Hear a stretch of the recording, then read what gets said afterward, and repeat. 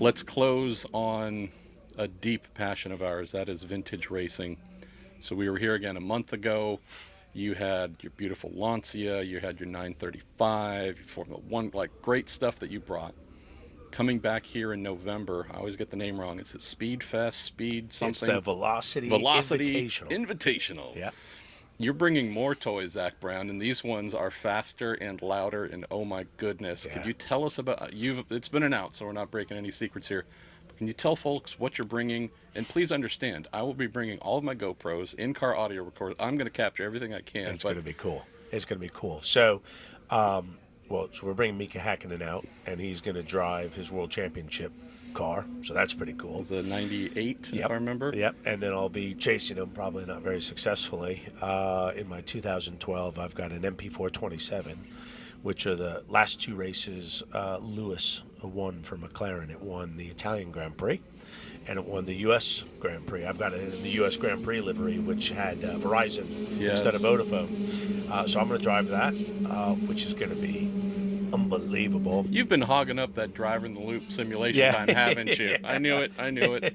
So so that'll be a lot of fun, and then I'll have out my Lancia LC2 and my Williams FW07 that Alan Jones won the championship in. So I'm going to be getting a workout, that's for sure.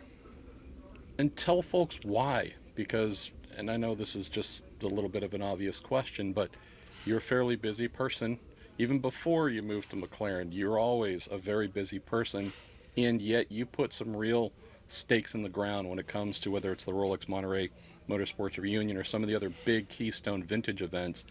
What do those weekends do for you, man? I have to believe they're just sustaining. Yeah, I love driving. I'm such a fan of the sport, always have been.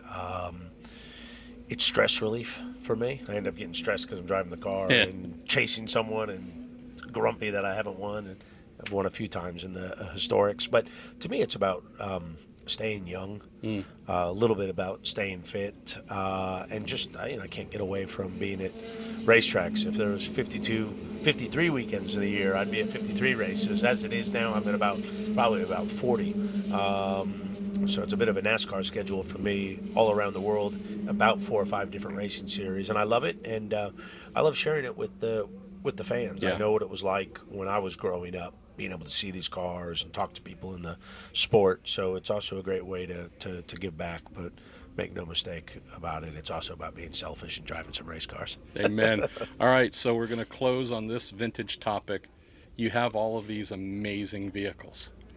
When are we going to see the return of some Zack Attack cars, USF 2000 Atlantics? Because that's when I first saw you and got to know you as a young road to Indy guy trying to make it to IndyCar. When are we going to see some of those authentic brown machines? I'd love to find them. Unfortunately, they'd probably be pretty cheap because they wouldn't be very collectible.